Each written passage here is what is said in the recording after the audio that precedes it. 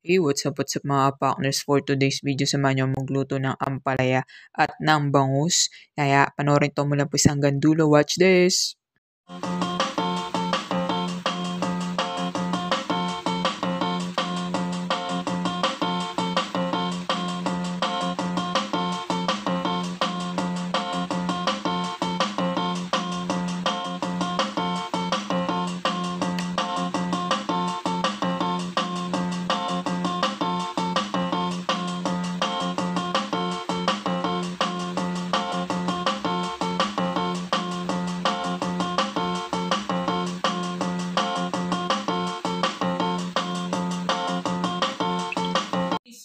Guys, magluluto tayo ng ngayong lunch ng ampalaya. Yan, gisadong ampalaya. Siyempre, ito yung ingredients. Hiniwa ko na sibuyas, kamatis, bawang, at beef cubes yung ilalagay natin. Siyempre, kailangan natin ng egg. 3 itlog kasi maliit lang ang itlog ko. Kaya 3. So, kung hanap kayo ng sahog or lalagay ng karne sa ampalaya, hindi na itlog lang. Kasi mag-iihaw ako ng daing na bangus. I-grill ko to. So, yun yung partner niya. Sapat na yan. Huwag na tayo magkarne. Sobra-sobra na yan. Kaya, tara, let's go. Lutuin na natin to. Gisa na natin muna yung ampalaya. At next natin iihawin yung ating bangus. So, tara. So, ayan guys. Gisa na natin ating ampalaya. So, meron na nga akong vlog nito na ampalaya. Search nyo na lang how to cook gisadong ampalaya guys. Meron na, nabash na nga ako nun eh. Ba't ko daw hinugasan sa asin yung ampalaya? Then mawawala daw sustansya. Kwek, kwek, kwek. So yun, kanya-kanya tayong version ng pagluto ng ampalaya or gisadong ampalaya. Kaya kung ano yung version nyo guys, yun yung gawin nyo. Kung hindi nyo trip yung version ko, gawin nyo yung trip nyong version. So yan guys, gisa lang natin. Tapos naglagay lang ako dyan ng fish sauce. At, syempre, megus-megus natin yan. Lagyan din natin pala ng paminta. So, yung tinimplahan ko na yan kasi yung ampalaya, hindi siya pwedeng haluhaluin kasi mas doon siya pumapait. So, yun, nilagay ko na lahat ng kailangan pampalasa na ilagay ko dyan sa ating ginigisa. At lutuin natin maigi yung kamatis, guys, para hindi madaling mapanis ang ating niluluto. So, yun, lagay na natin ang ating ampalaya. At, so, ito, haluin lang natin. Haluin na natin kasi hindi ito pwedeng halu-haluin para hindi pumait. Pagkatapos ko haluin lang ng konti, tatakpan na natin ito. Migus-migus lang natin onte pagkatapos nito, takpan na natin to at hantayin na lang natin siyang kumulo. A few moments later. So, ayan, kumulo na ang ating ampalayas. So, ilalagay na natin dyan yung itlog. So, hinalo ko lang siya ng konti, di ba? Yan, haluin lang natin konti. At pagkatapos sa gitna, dyan ko ilalagay ang itlog. Kaya, naghinawi ko yung gitna. Yan. Lagay natin ang ating 3 eggs. So, hindi na ako naglagay ng sahog kasi nga, meron naman kaming partner dyan, bangus. Diba? So, syempre, okay na yung ganyan. Goods na yan para tipid tayo. Diba?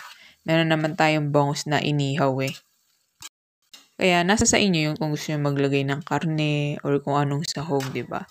So, kami ito yung trip namin. Kanya-kanyang trip. So, yun. Proceed tayo sa next nating video. A few moments later. So, ayan guys. Goods na yan. Luto na yan. Proceed tayo sa next nating gagawin. Ito ang ating daing na bangus pero hindi yan boneless. Naglagay tayo dyan ng asin, paminta, magic sarap. So, yan. Naglalagay din naman kami ng magic sarap. Tapos, yan guys. Masamasahin lang natin yan. Tapos, baliktarin natin yan. Masads lang natin yan. So, yan. Goods na yan guys. At, syempre, proceed na tayo sa next na gagawin natin sa ating bangus. Maglagay tayo ng paprika. Yan.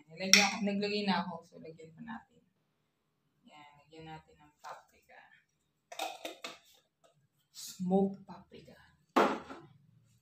Tapos, massage natin. Yan. Massage. Tapos, magdagdag pa tayo ng paminta. Kasi parang nakulangan ako sa paminta. So, pasensya na sa background kung maingay. Tabing kalsada kasi tayo. Kaya, yung mga natural dadaan na sasakyan. Diba? So, yan. Ito na ang ating bangus. At syempre, mamaya naman, kailangan natin ng sibuyas. At ng kamatis para sa ating masarap na sausawan. At syempre, lalagyan natin ng chili oil yun. So, yan. Let's go na tayo dito. Papainit. Ito pala ako mag-iihaw. Yan. So, painitin na natin ang ating kawali para may salang na natin ang ating bangus. Ang ating kawali gagamitin. Usok na, di ba? Yan. Painitin na natin.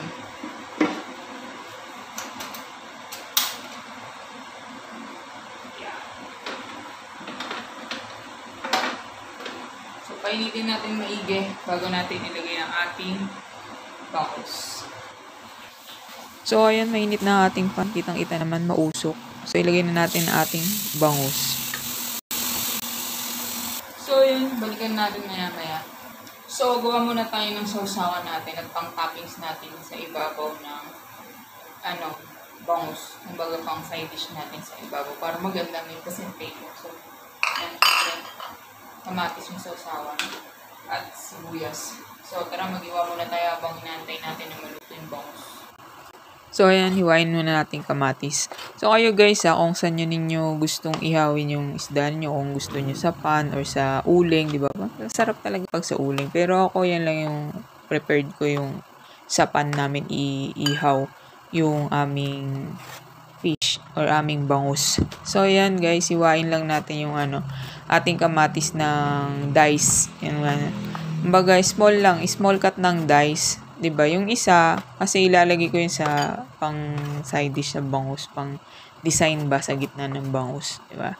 So hindi naman natin maihaw ng yung bangus ginawa ko dinaing ko. Kaya syempre mamaya pag naluto, ipapatong ko sa ibabaw yung kamatis.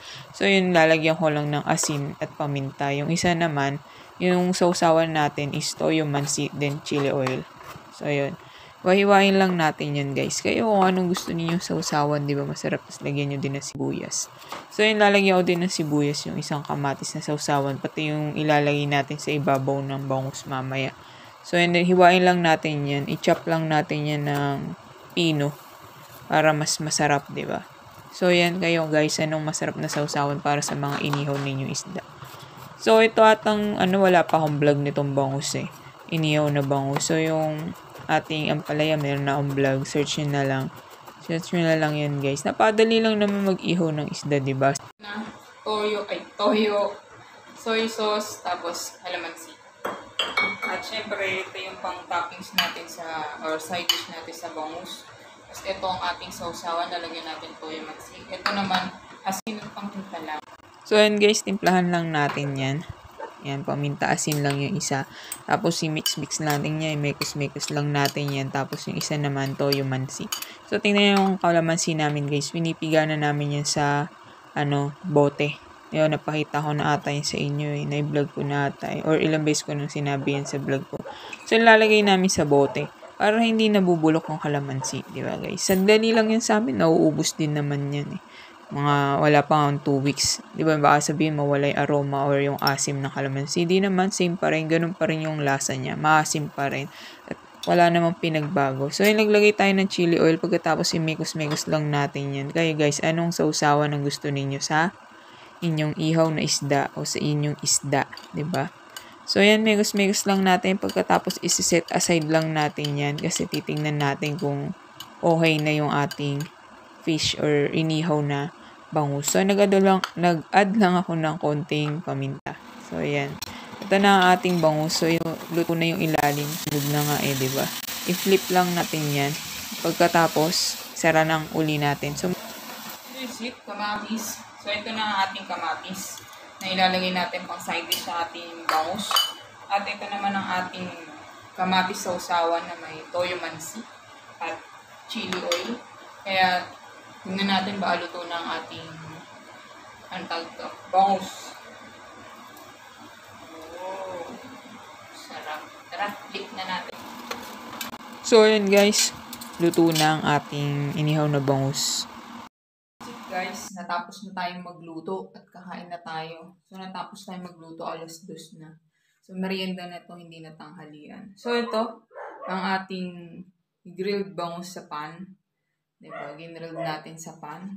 At syempre ang ating sausawan. At ang ating ampalaya. So, gisadong ampalaya. So, tara, kain na tayo. At, tingnan niya. Pakita ko sa inyo malapitan. So, ito ang ating ampalaya, ang ating kamatis. So, tara, kain na tayo, guys. Founders, kung hindi ka pa subscribe na kayo, syempre. At syempre, huwag kalimutan na i-hit ang notification bell button para laging update sa mga bagong video ina-upload namin. So, ayan, guys. So, kainan na. Tara.